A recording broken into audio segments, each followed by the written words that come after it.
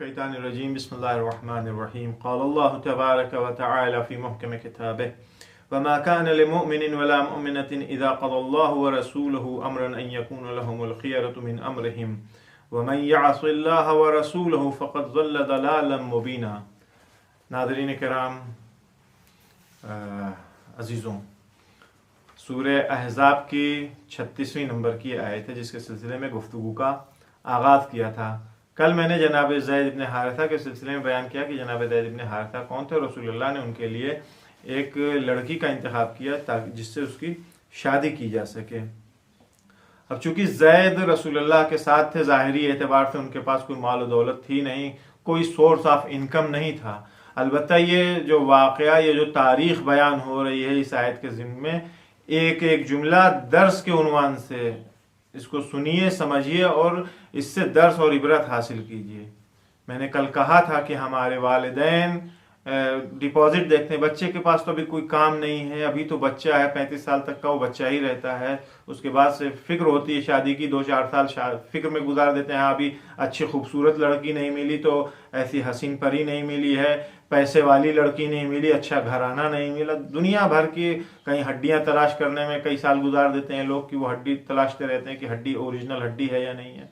तो ये चीज़ें इश्यूज़ नहीं हैं। हम वाक़ई अपनी औलादों के ऊपर जुल्म करते हैं। खुदा न खास्ते ये औलाद हमारी अगर कोई गलत फ़ेल अंजाम देती है, कोई गुनाह की मुर्तकिब होती है, तो उसका जितना गुनाह इस लड़के को मिल रहा है इससे कम गुनाह उनके वालिदैन को नहीं, बल्कि शायद हो सकता है ज़्यादा गुनाह, क्योंकि ये वालिदैन बाइस बनते हैं, सबब बनते हैं कि औलादें उनकी मुनहरिफ हों और गुमराह हों।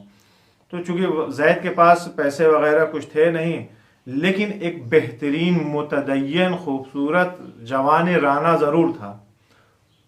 पैसा नहीं था लेकिन बाकी दूसरी क्वालिटीज़ थी। दीनदार था, खूबसूरत और हसीन जवान था, शुजा जवान था। पैगंबर इस्लाम ने अपनी फूफी की बेटी से इसका रिश्ता तय कर दिया। जा करके अपनी फुफेरी बहन से कहा रसूलुल्लाह ने सल्लल्लाहु अलैहि वसल्लम ने कि तुम ज़ैद की बीवी बन जाओ, तुम्हारी शादी मैं ज़ैद से कर देता हूँ। ज़ैनब बिन, उसका नाम इस लड़की का ज़ैनब बिनते जहश था। ये रसूलुल्लाह की फुफेरी बहन थी। आप रसूलुल्लाह को देखिए और रसूलुल्लाह की फुफी को देखिए, भाई बिलाखिर एक ही ख़ानदान है, रसूलुल्लाह हो या उनकी फुफी हो, एक ही ख़ानदान है।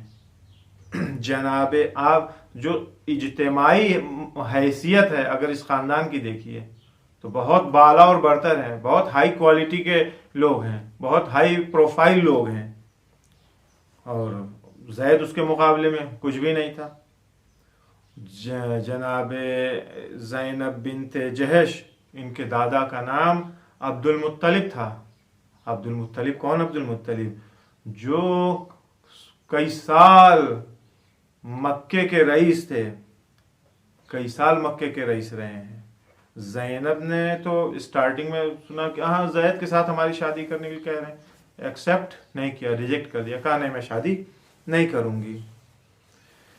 और खुद ज़ैनब ने भी मना किया रसूलुल्लाह से कि नहीं मैं शादी नहीं करूँ। ज़ैनब का एक भाई था अब्दुल्ला इब्न जहश, उसने भी रसूलुल्लाह से कहा नहीं। रसूलुल्लाह के फुफेरे भाई ने भी मना किया और बहन ने भी मना किया, जिससे रिश्ता लेकर के रसूल खुदा गए थे, उसने मना कर दिया कि नहीं मैं ज़ैद इब्न हारिसा के साथ शादी नहीं करूँगी।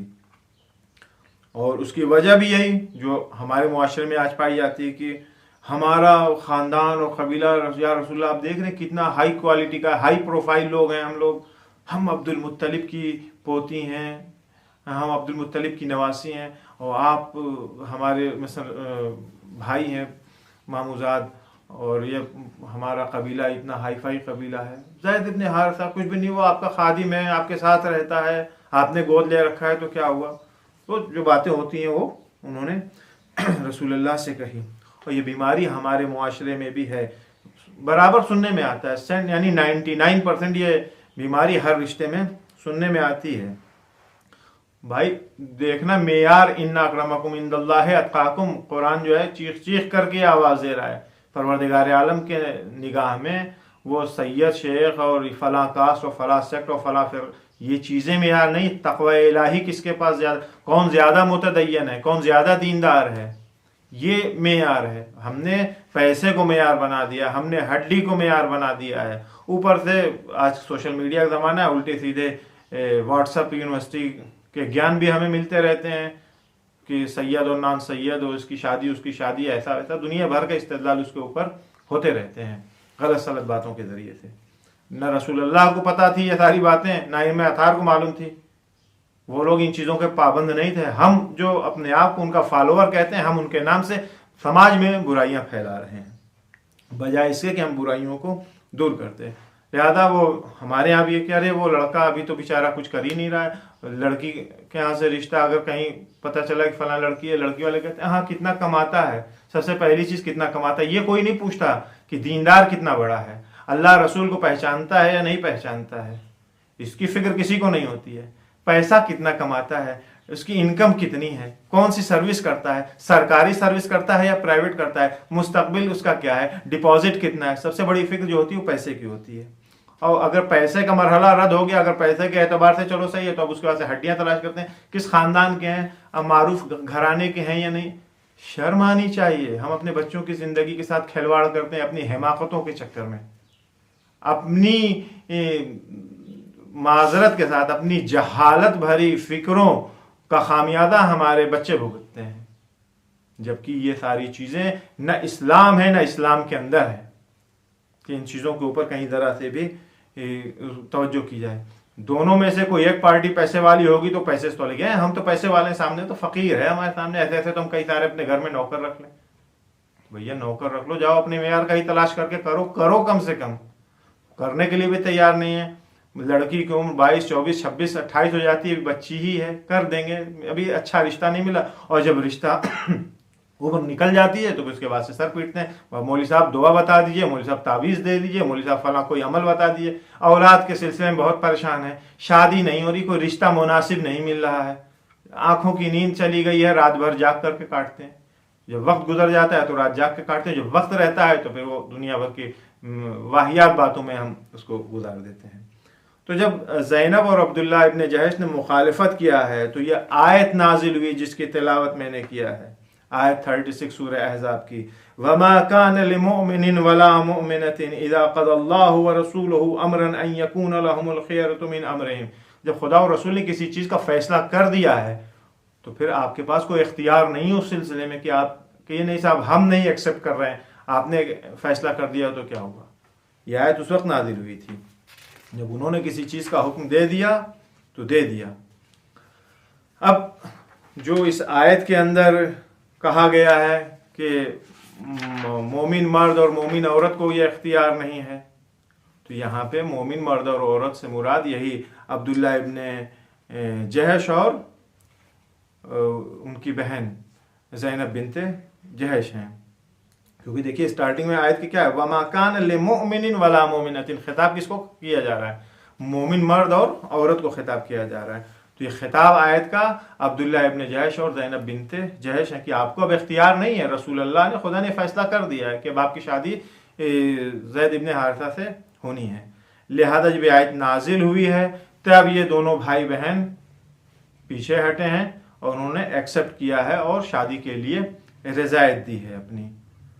अगरचे ये आयत, इसका शान नुज़ूल जो है वो जनाब ज़ैद इब्न हारिसा की शादी की का वाक़या है, लेकिन इस आयत का जो मैसेज है वो सिर्फ मुनहसिर नहीं है इन दो लोगों के लिए कि नहीं साहब वो अब्दुल्ला इब्न जहश और ज़ैनब बिनते जहश के लिए ये पैगाम है और ये आयत उनके लिए ही नादिल हुई, नहीं, ये इसका पैगाम ता क़याम क़यामत जब तक दुनिया बाकी रहेगी, क्योंकि कुरान जिंदा किताब है, कुरान का मैसेज हय्यो हाजिर मैसेज है इला यौमिल क़ियामा, क़यामत तक के लिए, इसमें कोई फ़र्क नहीं। जो इसका मैसेज है वो सबके लिए है और लाजिमुल इजरा है तमाम मुसलमानों के लिए, किसी भी फ़िरक़े किसी भी सेक्ट के हों, किसी के भी मानने वाले हों, अगर वो कलमे तौहीद और कलमे रिसालत अपनी ज़बान पर जारी करते हैं सबके लिए लाजिम है।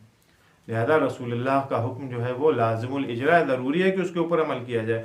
और इस बात के ऊपर दलील खुद कुरान की आयत है, सूरह अहज़ाब की 6 नंबर की आयत है, जिसमें इरशाद हो रहा है कि अन्नबिय्यु औला बिल मुमिनीन मिन अनफुसिकुम, कि रसूल अल्लाह जो है तमाम मोमिनीन के निस्बत औला और अफजल हैं।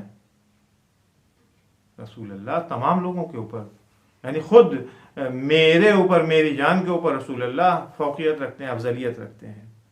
और रसूल अल्लाह के हुक्म की नाफरमानी, खुदावंद आलम की हुक्म की नाफरमानी, रसूल अल्लाह के हुक्म की नाफरमानी, ये बहुत बड़ा गुनाह है, खुली हुई गुमराही है। आयत के इदामे में, आयत के एक्सटेंशन में क्या है? वमन यअसिल्लाह व रसूलहू, जिसने खुदा और पैगंबर की नाफरमानी किया, इस्यान किया, फ़क़द ज़ल्ल ज़लालन मुबीना, ये खुली हुई गुमराही में, आश्कार गुमराही में, ज़लालत में मुब्तला है। ये आयत है। अब इस आयत से क्या नुकात निकलेंगे, इंशाअल्लाह हयात रही तो कल उसे बयान करूँगा।